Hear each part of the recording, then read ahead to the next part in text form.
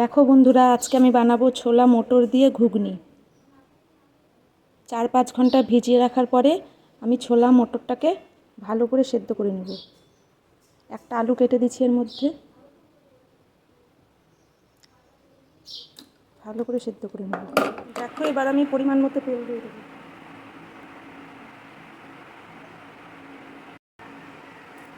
তেল গরম হয়ে গেছে, এবার আমি দেবো একটা শুকনো লঙ্কা, একটা তেজপাতা, আর দিয়ে দেবো 1/2 চামচ পাঁচফোড়ন। তারপরে দিয়ে দেবো পেঁয়াজ কুচি। পেঁয়াজটাকে ভালো করে একটু লাল করে ভেজে নেব। তারপরে দিয়ে দেবো পরিমাণ মতো লবণ, পরিমাণ মতো হলুদ।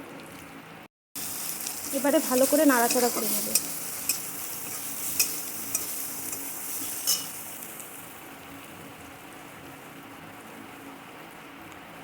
আর আমি একটা আলু সেদ্ধ করে রেখেছিলাম, এখন সেই আলুটা দিয়ে দেবো। একটু ভাঙা ভাঙা করে দেবো, তাহলে ভাজতে সুবিধা হবে। এবার আলুটাকে ভালো করে ভেজে নেব। এবার দেখো, আলুটা ভালো করে ভাজা হয়ে গেল। এবার দিয়ে দেবো 1 চামচ লঙ্কা বাটা, 1 চামচ জিরা বাটা, 1 চামচ আদা বাটা, আর দিয়ে দেবো থেতো করা রসুন। এবার ভালো করে কষে নেব।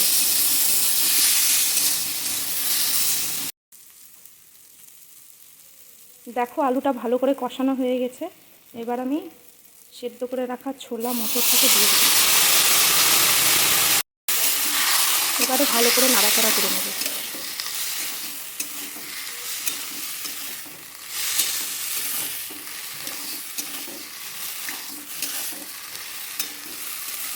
আমি বেশি মশলা দিয়ে করলাম না, হালকা মশলা দিয়ে করলাম।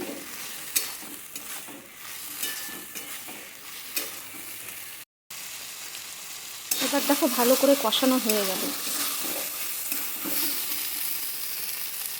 এবার আমি পরিমাণ মতো জল দিয়ে দেবো। দেখো, আমি এই যে 1 বাটি জল দিচ্ছি। আমি বেশি ঝোল রাখবো না, আমি একটু কষা কষাই করবো। এটা মুড়ি দিয়েও খেতে ভালো লাগবে, রুটি দিয়েও খেতে ভালো লাগবে। তোমাদের যেভাবে খাওয়ার ইচ্ছা হবে তোমরা খাবে। দেখো বন্ধুরা, ঘুগনি আর একটু যখন ঝোলটা বসে যাবে, কমে আসবে, তখন আমি নামিয়ে নেব। আর একটু ঝোলটা কমুক।